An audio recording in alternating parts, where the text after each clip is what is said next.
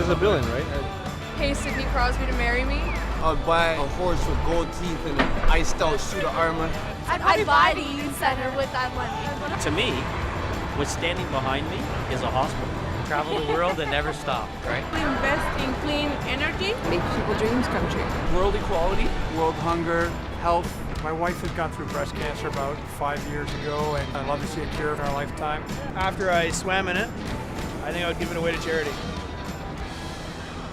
Yeah. I can't fathom, and that's unbelievable. Oh my God. Oh, wow.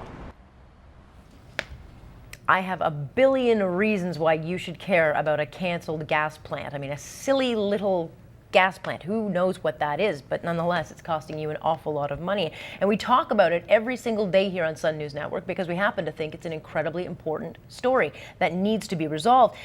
But a lot of people don't even know about it. I've talked to a lot of people who know all about Rob Ford, but they don't know about a $1 billion gas plant that was scrapped for political reasons. And they should, because it involves a possible crime, cover-up, and it's all coming out of your pocket. So our next guest, Antonino, joins us now because you were having the same kinds of frustrations as me talking about it and everyone looking at you with a blank stare. So you're actually doing something about it. Yes, for the last few months I've been talking to friends, family, people on the street. You're not a political guy. Not you're at all. just average, everyday, normal working guy. I'm a professional engineer. Okay, there you go. That's what I do for a living, and I was just having difficulty. Well, I've been following the issue since the election in 2011. And having seen it go from 40 million to 1.12 billion was a little bit shocking. But when you talk to people, I think they have difficulty fathoming how much $1 billion actually is. We know what 100,000 is, you know, a million. We know what $16 costs for an orange juice and how that can get you into trouble. And 10 million, 100 million, I think people start to lose it, but a billion, and we're actually, we round down. It's 1.1, and I'm just talking about the billion. So I tried to think of how could I represent it in some way for people so that they could start to fathom the size of this, and that was when I came up with the idea of printing it, printing the money.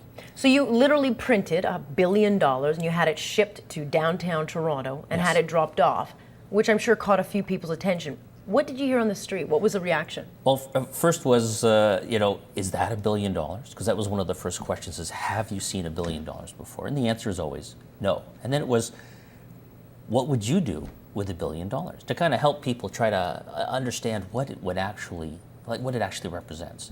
And then some people, like for myself, coming from Vaughan, we've been trying for 10 years to get a hospital. So the billion to me is a hospital. Which is a massive undertaking, and for us it's now gone.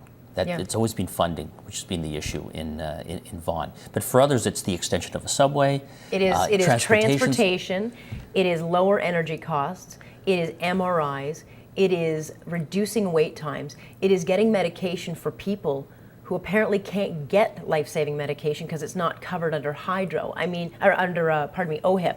I mean, $1 billion to me is so many things, and in this case, it is pure scandal. It's so many things for so many people, and for me, it becomes very personal because most of the people we would interview, they were always talking about how they could help somebody with the $1 billion. But in this particular case, it's gone and it helped nobody. And for me, it's scandalous because it wasn't a mistake, right? E-health, gun registry. Yeah, the only problem you did with this is not put the other $1 billion beside it from the e-health scandal. Exactly. Another wasted $1 billion. It would be more skids, more transportation, more space at Dundas Square to get people's reaction. But then we go to the point of then we say, we realize this money is gone. Like it's gone. And nobody knows where it is. And nobody seems to be accountable. And all we hear from our Liberal leader right now is I don't know anything about it appears. But do you care if anyone pays a price? Pays a price for. Do you care if anyone pays a price? Do you think that someone should pay a price? They need to be accountable, because when I did this, I firm believer in trust, especially government trust, because for us there is no government if there's no trust, and for this, no government should be allowed to get away with something like this. I don't care if it's a Liberal, Conservative, NDP. It just happens at this point, it was the Liberal government that did this, and they need to be accountable for it. So what did you hear on the streets? What was the reaction? Not just when people got over the novelty of seeing that kind of, prop, but what was the reaction once they've kind of got their head around it? Shock. Because first they don't seem to know anything about it, and then when they realized what had actually happened, and they didn't seem to have any say in how it was going to be spent, was shock and disbelief. Because people have asked me, are people mad? And I don't think the average Ontarian is at the point of being mad yet. They're still in disbelief and shock that something like this could actually happen. Yeah, I don't think people would actually understand it unless you went up, told them to give you the money in the pocket, or actually just stuck your hand in their pocket and took all the money out and said, see ya. They would say, hold on a second, what are you doing? That's my $20. That's my money, yes. Well, that's your money too. But right now they're not perceiving the fact that it's their money. And that's where I came up with the campaign of Your Billion, because this is your money. This is everybody's money. So what's your hope with this campaign? What are you planning on doing with it? And how has been a reaction so far? So the campaign was awareness, right? To get the message out, but get the message out with some physical representation instead of just hearing a number, to actually see something, and then begin the conversation and ask the questions. Where did the money go? Why was it pegged at 40 million and it became 1.12 billion? How can we trust a government that would say 40 million and end up spending $1.12 billion when there's so many things in this province that we need every day for everybody? And so really it's now go to the next step of discuss it, show the video to your friends, family, neighbors, so that they can be aware of how much money was actually wasted. And then personally, we need to go to an election. We need the public to speak up on this particular issue. Yeah, I mean, you're obviously having your say. Have you ever been politically active? Have you ever done anything like this before? I mean, because I look at this as activism, where you're actually doing something that means something, and trying to actually get a message out to people. I've never done anything at this scale before. I have been active at the municipal level, politics-wise, in my neighborhood, in Vaughan. During the last election in 2010, I ran a campaign called Time for Change Vaughan, because you may remember about 3-4 years ago, Vaughan kept ending up in the news with regards to mayors suing the cities suing mayors, councillors fighting. And as a resident, and it was affecting my community, I kind of stood up and basically said no and galvanized the community to remove some councillors. Do you get the sense, though, even being involved, because I'm starting to see small grassroots popping up across Canada. They're small, but they're angry. They're angry that their government is not being held to account. They're angry that their life is becoming more expensive. They're getting angry that people are getting away with things.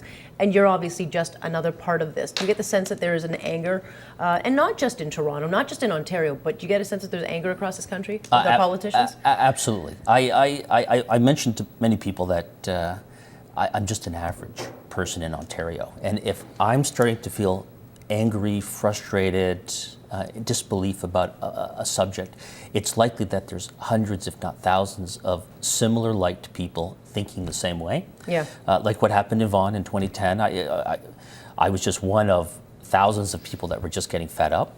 I think the same is happening here. There's grassroots. There's a sense of cynicism in politics today. There is, and I'm going to bring my wife up with regards to that. Right? She's politically aware, but doesn't like to get involved. And when she saw the video, because usually when she sees me do these kinds of things, she's like, "Oh, Anthony, not again." But she goes, "Oh my goodness, that's very well done.